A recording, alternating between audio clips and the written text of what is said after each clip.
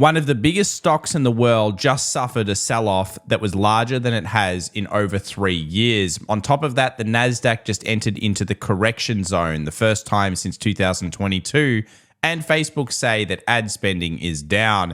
Is everything collapsing around us? Well, it looks like the S&P 500 was unable to hold any bullish momentum, moving down now to the most traded level, something that has held markets for over 18 months. Will it do so again? With the percentage of stocks getting dangerously close to points that we have not seen many times in over a decade, it becomes time now to bring in the big stats. Today, we talk about everything moving forward, including what's going on with semiconductors, the best stock market sector, and why Bitcoin seems not to care at all about the current issues in the world. Join us as we cover stocks, commodities, and cryptos together. Well, welcome back, everybody, to the Daily Show where we discuss the macro lead indicators and, of course, the hottest charts. We've also got some unusual volumes coming through over the last 24 hours, but let's first bring up the best sector in the market, semiconductors. They were down hard, as were anything to do with the American consumer and ad spend. We saw Apple fall. Microsoft held up, my favorite stock in the market, doing a good number for, of course, this earnings season. But fear and greed notched itself back down to 30. More importantly, though, let's get into some of the key zones. But I wanted to talk about here how big the US market is in comparison to other markets in the world. This is a great chart. I thought it was an excellent share. It's over on our Twitter X account. Links in the description down below if you want to follow along. And it just shows you why the US market matters so much. 42.5% of the total stock market global cap. Let's look at this one, another share over on our Twitter X account. And this shows us all of the percentage of stocks above a certain moving average, above the 20, above the 50, and above the 200. You'll notice I put some lines in here. These traditionally have been lines where we've seen bottomings of markets or getting close. Now, we've mentioned this a few times. This is against the equal weighted market, which you can see is in our green box down here, a very important point for the markets to turn around. But this is all important. If we see the percentage of stocks move underneath the 200-day moving average, go underneath 20, and it's getting closer to that. At the moment, it sits around 25. That's going to be a point where often investors come back into the markets, and there are reasons why. This is one of them. We're going to hit the forward PE of probably around 16.8. Now, if we reach something like that, you would know, if you've been watching this channel for a while, that's the average of the market over the last kind of like 20 years. So since quantitative easing and all of these types of things have come in, this has generally been a pretty interesting point for investors to get into the market. And I think this marks a very monumental day.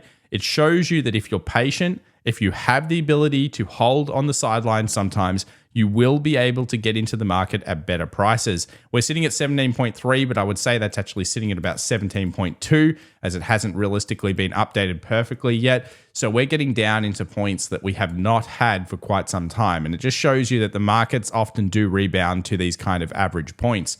Let's talk about bullish percent index. This is now down a little bit lower. And of course, have we seen lower points than this over the last 18 months? Absolutely. In October, we went all the way down underneath 15 for the bullish percent index. That marked the low point. Traditionally, you look at this as underneath 30 could be a good area to start thinking about averaging into markets if that's the kind of strategy you use. Of course, it's just one read, and we've got some very negative reads moving forward on transportation and home builders. But this is an area where things start to get pretty real. If this drops and it gets absolutely smashed, that usually will tell us that we're in capitulation, and we'll need to talk about that. So make sure to subscribe if it does occur. Let's move over here to the S&P 500 versus yields. Now, this is something that we haven't quite seen. We will update this chart all the time now because it's getting so close. That is uninversion of the yields. Now, this has happened several times, and it leads into basically kind of disastrous points. Now, some people have mentioned, yes, but last time we saw these uninversions, usually it meant the Fed was cutting. So yes, that is traditionally true. We might uninvert and the Fed hasn't even cut yet. However, or they might even be hiking into it. Weird things have happened right now. But generally speaking, what we tend to see is when the uninversion happens, we actually get a spike up in these situations. Here, the spikes up. Now, of course, this is a considerable chart in terms of time. So sometimes these spikes up can last a couple of months. And even though everyone's starting to panic in the world, which is fair enough, it could be that this is getting into one of the most interesting bull zones that we've seen in a very, very long time. S&P 500 this earnings season, it's all been about actually getting it done. And not many companies are getting it done perfectly. They're kind of just hitting expectations, giving out negatives, or they're missing completely, giving out super negatives. We saw Google, it looked okay on the surface, but the market hated it. The market was like, hell no, this is bad. And it sold off a further 9% on the session, breaking through some big demands we'll look at later on. What about Bitcoin though? Everyone's talking about it. Is this a time that we tend to see Bitcoin do well? The answer is quite simply, yes, we do. We tend to see it do well in previous halving cycle styles. We've usually seen it continue up and forward. Of course, this time the narrative is the Bitcoin ETF, but I posted over on our Twitter X this interesting kind of number here, and it's kind of the percentages of how Bitcoin is done over the years. Now, of course, each time it has these rally sessions, it will be less as a percentage. So you're not going back to making 9,900% anytime soon on Bitcoin. But you'll notice that often the year of this kind of halving cycle or around that period, which we're about to enter into, these types of years matter. Notice here we have 2018, very negative year, negative 73%. Then we go 2019 positive, 2020 positive, 21 pretty positive, 22 negative. So theoretically, if you believe in these cyclical kind of events, we tend to go into a multi-year run here for cryptos. This is the first year. Next year tends to be also a positive time for crypto, something to be considered as a position-based trader again, not necessarily as a day trader or scalper. That's not going to work out, or even swing. It's more of a position-based investor / trader. Let's talk about earnings season. We have some big ones coming out in less than 24 hours. We're going to learn a lot more about the American consumer from Amazon. That's probably going to affect Apple a decent amount as well, I would say. And then, of course, we also have Enphase as well, a beaten down solar stock that really needs to shine. Chipotle will also tell us a lot about mental state of everyone out there. I was in America recently and I had some Chipotle. It was all right. It wasn't too bad. And I've got to say, the Mexican food in America was absolutely phenomenal, out of this world, amazing. But Chipotle was, like a mediocre version of that. And I'm sure many of you out there like it. I recommend the chicken. If you've never been to America, the chicken one was pretty good. So overall, is this stock going to do well? Well, we tend to see McDonald's and Chipotle start running in times of kind of, tough times, I guess you would say. So it will be an interesting event. Intel is going to move plus minus 9% according to the market. Amazon has a plus minus 7, which means that the expected move on the day is going to be pretty large. Do be warned that these types of things are going to be huge. And Enphase is off the scale. That one's going to be like plus minus probably 15%. Be careful in the markets right now. A lot of volatility. And if you are leveraged, you could lose money. So you've got to be very, very careful. Of course, you could make money as well. But I like to say replication is the key. It's something that we look for on this channel. We do know that we tend to see bottoming events near the end of October. We've just passed the 26th or 25th here. So realistically, that tends to be the bottom of markets according to these charts. This week is usually the bottom of the market. Will we hit some of the key levels? 4120 would be an amazing zone to tap. And we know that the stats based on the start of the year are still positive for the end of the year, 15-3 in terms of positives to negatives over the next coming months. Let's move over now to gold. I'm still pretty bullish on gold. I'm not going to really change this opinion for a little while unless we see technicals change that opinion. Remember, we went into a short squeeze, which we've seen before, and tends to lead into a multi kind of month run. So I'm kind of bullish gold from that reasoning. Let's go to unusual activity. First up was crypto. Now, we don't really have so-called ETFs on this, but we have ProShares Bitcoin Strategy ETF. And you can see here that we have 2 large transactions near these highs. I would say they are a little bit of take profit. Maybe there are some entries in there, but I would say it's probably take profit. Something to be wary of if we start to build some kind of Wyckoff distribution or short style price action. We will follow along with that if it does happen. Pepsi's been in the news for all the wrong reasons. It did recently make a new low and it's kind of rallying up. We've seen some random transactions going through here on Pepsi. So, it could be a stock that we need to watch. Let's move over now to unusual options activity. And first up, I want to mention here that we're starting to go more into the puts. So 51% puts, 49% calls. I'm surprised we're not stacking puts yet. I'm surprised people have still going so many calls. It actually had me worried over the last 24 hours. I remember mentioning it in our private stream. I was like, wait a second, most people are super bullish here. It was like 65% of people were positioned towards the bull end.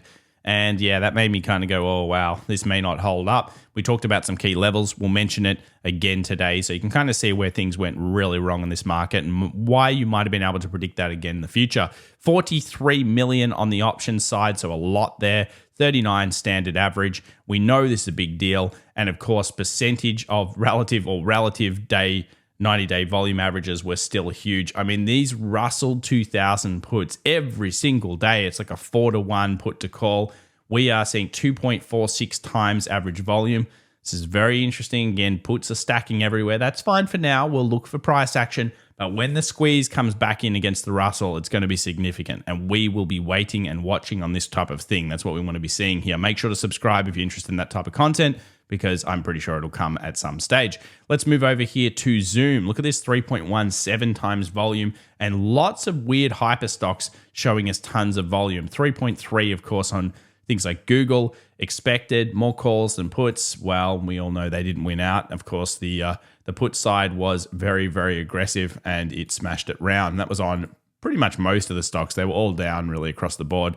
Let's move to what did well. It was defensives doing well, utilities and staples, and energy held okay. Healthcare was also up there, and it was semiconductors just getting beaten around. The best sector, communications and semiconductors, number one, number two recently. They were the weakest. If we look at the last 5 days, you'll notice that defensives pretty much make up the top of the list now. Gold, utilities, staples, healthcare. We've seen them emerge after their flash crashes. It is a very weird market from that perspective. Utilities got absolutely destroyed recently. It came back. We've liked the sector from that point of view, but it just shows you like this is a market that can move so quickly, and we've got to be on top of every single component as we can do. Make sure to watch all of your percentage of stocks above 200 as we get into the charts here together. So this is going to be a huge one. I've marked out 15.88, which marked in the lows of July and October of 2022. Amazing points for obviously potential positioners. And we can see here 2020, 2018, 2016, and 2011. This is a super bottom finder. Now, of course, it will not necessarily find you the exact low, but it can be quite effective at kind of giving you an idea that you want to start looking at price action and looking at oversold conditions.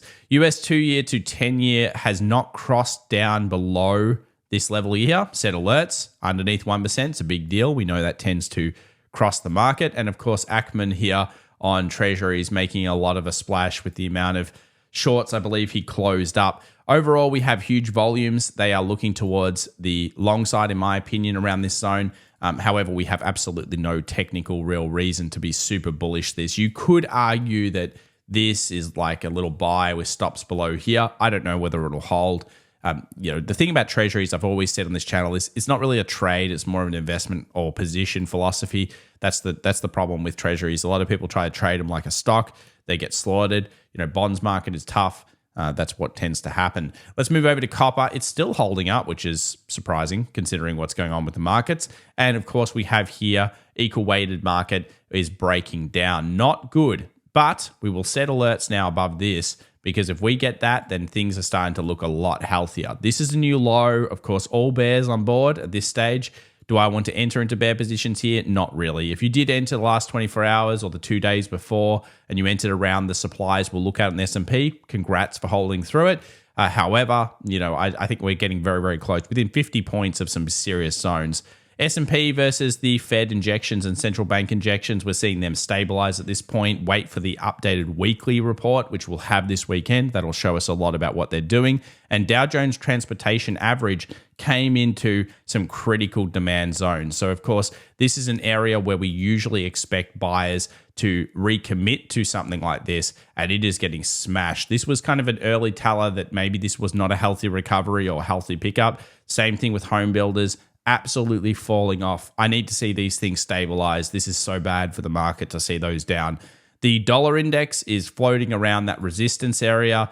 It's not looking short, nor is it looking super bullish. I don't know yet. We call it neutral at this stage. We'll focus on it as it breaks out of a zone and then analyze it from there. The gold trade. Now, the gold trade went break even if you had the short in there. Obviously, you got stopped out in the last 24 hours around here. Kind of looks like it wants to position for further bullish movement. I mean, it is squeezing those shorts. I'm probably not going to place any trades here, but if you had to say anything, you'd say, well, it looks a little bit more bullish than bearish here. Gold stock, that positioned very well. Nice resistance, obviously some take profiting target there. Pull back a little bit into a long would be the ideal for gold stocks. So we're looking at that one. US oil back at resistance in terms of the small time frames, around 85, 90 a barrel in terms of crude. We saw that low take and then big pick up. That's actually a pretty bullish signal. And I would expect kind of like a market to do something like this, which is a distinct possibility. I do think there are sellers here. If we manage to get through this point, the problem is then we have 88 sellers. So look, we're kind of negative on oil, or we have been.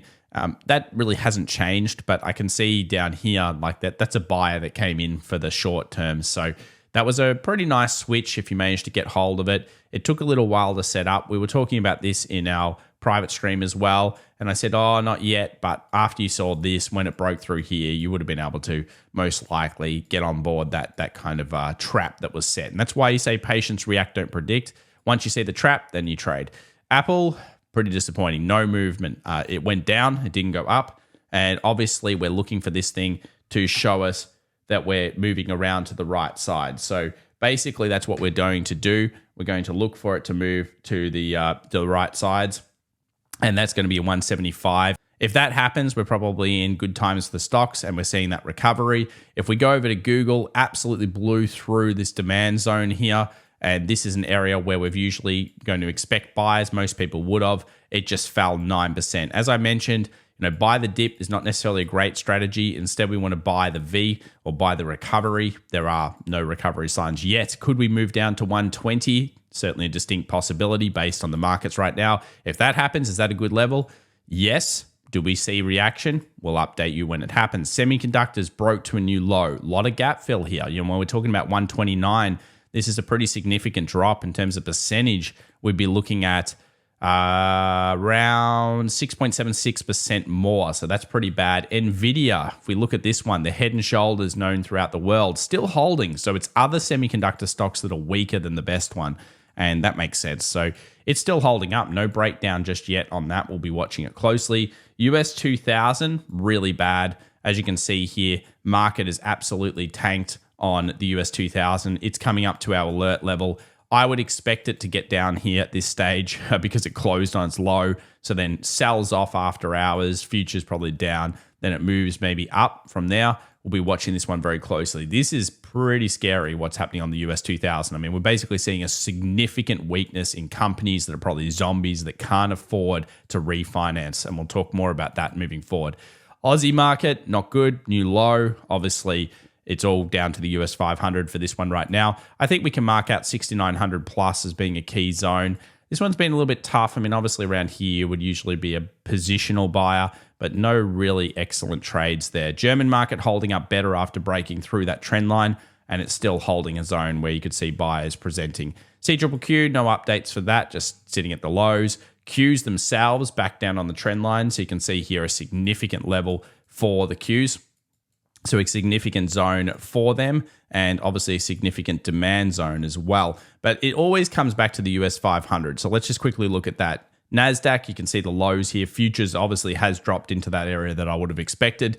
Big zone for it the next 24 hours, but it comes back to the S&P 500. Can we get to 4120, 4150? The most traded zone. This is the trend line everyone's going to have on their charts. This is where we have that significant structure. I'd love to see it down here. 4150, the big level, we're almost there. 4120, I think a significant zone for these markets. So I'm just going to actually change this here to 4120 to 4150. I'd like to see a buyer recommit in here. This is an area that we have spoken about, I feel like, for 5-6 months. Like since we broke through, we talked about the idea of if it comes back down here, what does it do? I'd love to see positioning algos get back into it. We'll find out whether they can. Bitcoin doesn't care. It's doing its own thing. As we mentioned before, we will look for price action change. At this stage, there are no price action short changes. In fact, all it's doing is kind of just looking like it's accumulating towards an upside.